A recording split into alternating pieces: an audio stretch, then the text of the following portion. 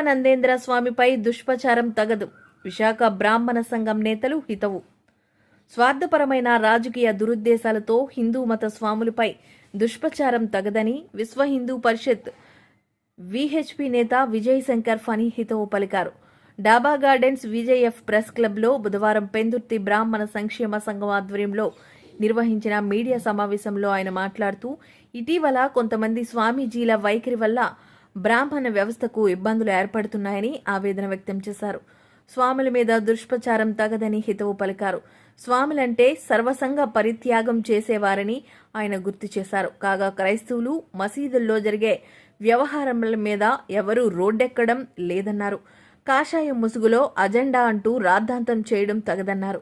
కొందరు స్వామీజీల తీరు మారకుంటే అన్ని వర్గాల కులాలు వారికి బుద్ధి చెబుతామని హెచ్చరించారు. నమస్కారం అండి. నా పేరు విజయ్ శంకర్ ఫణీంద్ర. ఈ రోజున ఒక కాషాయం కోసం, హిందూ ధర్మం కోసం పోరాటాలు చేసేటువంటి మేము ఈ రోజున కాషాయం కోసమే వాళ్ళు చేస్తున్న తప్పిదాల కోసం మాట్లాడవలసిన పరిస్థితి, దుస్థితి వచ్చింది అంటే చాలా బాధాకరం. అందులో ముఖ్యమైనటువంటి విషయం ఈ రోజున ఏదైతే ఉందో, ఈ శ్రీనివాసానంద స్వామీజీ వారి యొక్క అంతర్గత విభేదాలతోటి వేరే స్వరూపానంద స్వామీజీ వారి మీద వాళ్ళ మధ్యన ఉన్నటువంటి సరైనటువంటి పొంతన లేకపోవడంతో ఈ రోజున ఈ యొక్క హిందూ పీఠాలు కానీ మఠాలు కానీ సీజ్ చేయమని ఆయన బహిరంగంగా ఒక మాట్లాడడం అనేది ఒక దుస్థితి, చాలా బాధాకరం. అయ్యా శ్రీనివాసానంద స్వామీజీ వారు, మిమ్మల్ని సూటిగా అడుగుతున్నాం.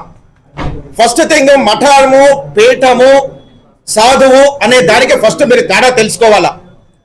మఠాధిపతులు కానీ పీఠాధిపతులు కానీ అంటే శంకరాచార్యుల గారి తాలూకు ఆచార్య నుంచి వచ్చినటువంటిది ఏంటంటే, ఈ సనాతన ధర్మాన్ని, హిందూ ధర్మాన్ని, ఈ యొక్క వివిధ సంస్కృతులు, వివిధ కులాలలో ఉన్నటువంటి యొక్క ధర్మం, హిందూ ధర్మాన్ని ముందుకు తీసుకెళ్లే విధంగా పీఠాలని డెవలప్మెంట్ చేసుకుంటూ ముందుకు వెళ్ళాలా.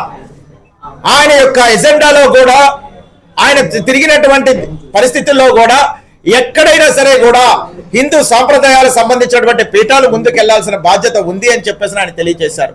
దానిలో భాగంగానే ఈ రోజున దేశంలో కానీ రాష్ట్రాల్లో కానీ వివిధ పీఠాలు అనేది ఏర్పడడం అనేది చాలా సంతోషకరం. కానీ ఎక్కడా లేనటువంటి దుస్థితి ఎక్కడంటే ఈ ఆంధ్ర రాష్ట్రంలోనే ఉంది. ఈ రోజున ఒక కాషాయానికి పడినటువంటి ఒక కాషాయం మీద, ఆ యొక్క ఆస్తుల మీద సీజ్ చేయమన్నారు. అయ్యా ఒక మాట, ఈ పీఠాలకి ప్రభుత్వాలు ఇవ్వకపోతే ఎవరిస్తారు చెప్పండి? ఆ సనాతన ధర్మాన్ని డెవలప్మెంట్ చేసేదే ప్రభుత్వాలు. అది రాజరికం నుంచి వస్తున్నటువంటి విషయం. ఒకప్పుడు ఆ రాజరికం నుంచినటువంటి విషయాలు ఇవన్నీ కూడాను ఈ ప్రభుత్వాలు ఇవ్వకపోతే ఎవరిస్తారు? అంటే ఈ దేవస్థానం భూముల్లో ప్రభుత్వాల మటుకు అన్ని రకాలైనటువంటి కార్యకలాపాలు చేయొచ్చు, అక్రమ కట్టడాలు కట్టచ్చు, దేవస్థానం భూములు ట్యాంపరింగ్ చేసి, విత్ లైవ్ నేను చెప్తున్నా, ట్యాంపరింగ్ చేసి ప్రభుత్వాలకు అనుగుణంగా వాళ్ళ రాజకీయ లబ్ధుల కోసం వివిధ రకాలుగా అన్యమతస్తులకు ఇవ్వచ్చు. కానీ ఒక ప్రభుత్వము ఒక మఠానికో పీఠానికి ఇస్తే అది తప్పు అయిపోయిందా? ఎంత ఘోరం అంటే ఆ పీఠంలో ఎన్ని రకాలైనటువంటి కార్యకలాపాలు జరుగుతాయి, ఆ పీఠంలో ఎంత సనాతన ధర్మం ముందుకెళ్తుంది. దేవాలయాలు, హోమాలు, యజ్ఞాలు, గోశాలలు, అన్ని వర్గాలు, అన్ని కులాల వారు వచ్చి ఆ పీఠాలలో సేద తీరుతున్నారే. వాళ్ళ యొక్క ఆవశ్యకతను బట్టి, వాళ్ళ యొక్క అవసరాన్ని బట్టి ఆ పీఠాలలో పూజలు, పురస్కారాలు అవన్నీ చేస్తున్నారే. అవే లేకపోతే బ్రాహ్మణులు ఎలా డెవలప్మెంట్ అవుతారు? అంటే మీరు బ్రాహ్మణ ద్వేషమో మాకు అనుమానం వస్తుంది. మీకు బ్రాహ్మణులు అంటే పడరేమో అని మాకు అనుమానాలు వస్తున్నాయి. మరి బ్రాహ్మణుల వాళ్ళ తాలూకా బతుకు ఎలాగండి? పీఠాలు లేకపోతే, మఠాలు లేకపోతే బ్రాహ్మణులు ఎలా బతుకుతారు? ఈ యొక్క హిందూ సాంప్రదాయం, సనాతన ధర్మం ఏ విధంగా ముందుకెళ్తుంది? మరి ఈ దేవాలయాల్లో ఎన్ని భూములు అన్యక్రాంతమైనప్పుడు మీరు ఎందుకు మాట్లాడలేకపోయారు?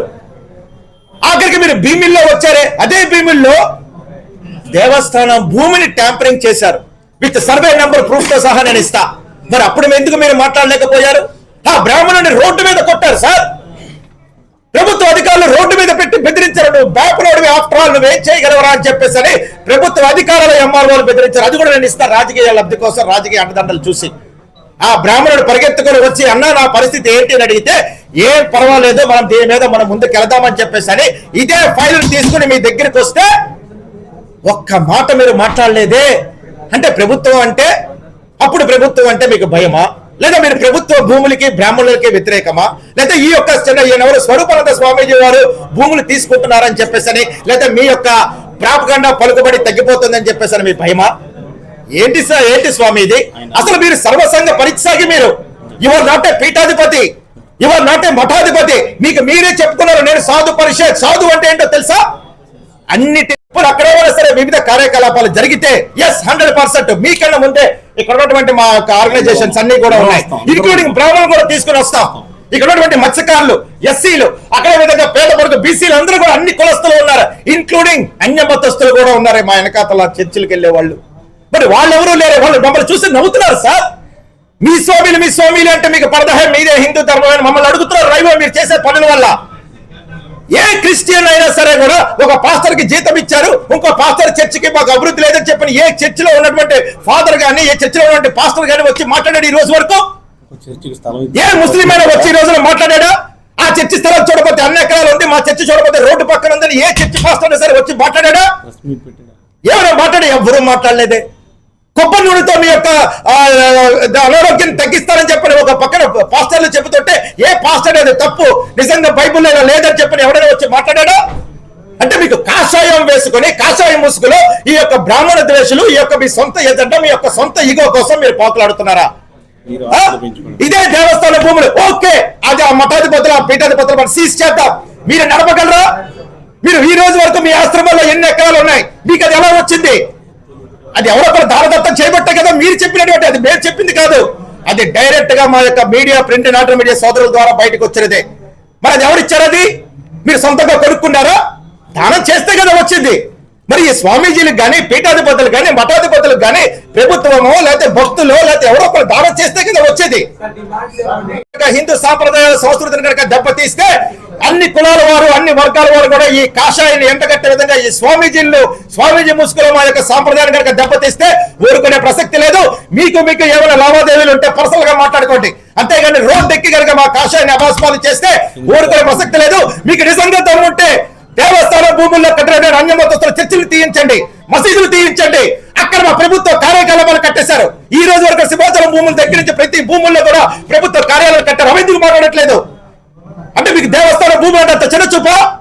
మీ రాజకీయ లబ్ధి కోసం కనుక ఏమైనా చేస్తే ఇక్కడ ఊరుకునే ప్రసక్తి లేదని మేము కొంత తెలియజేస్తాం.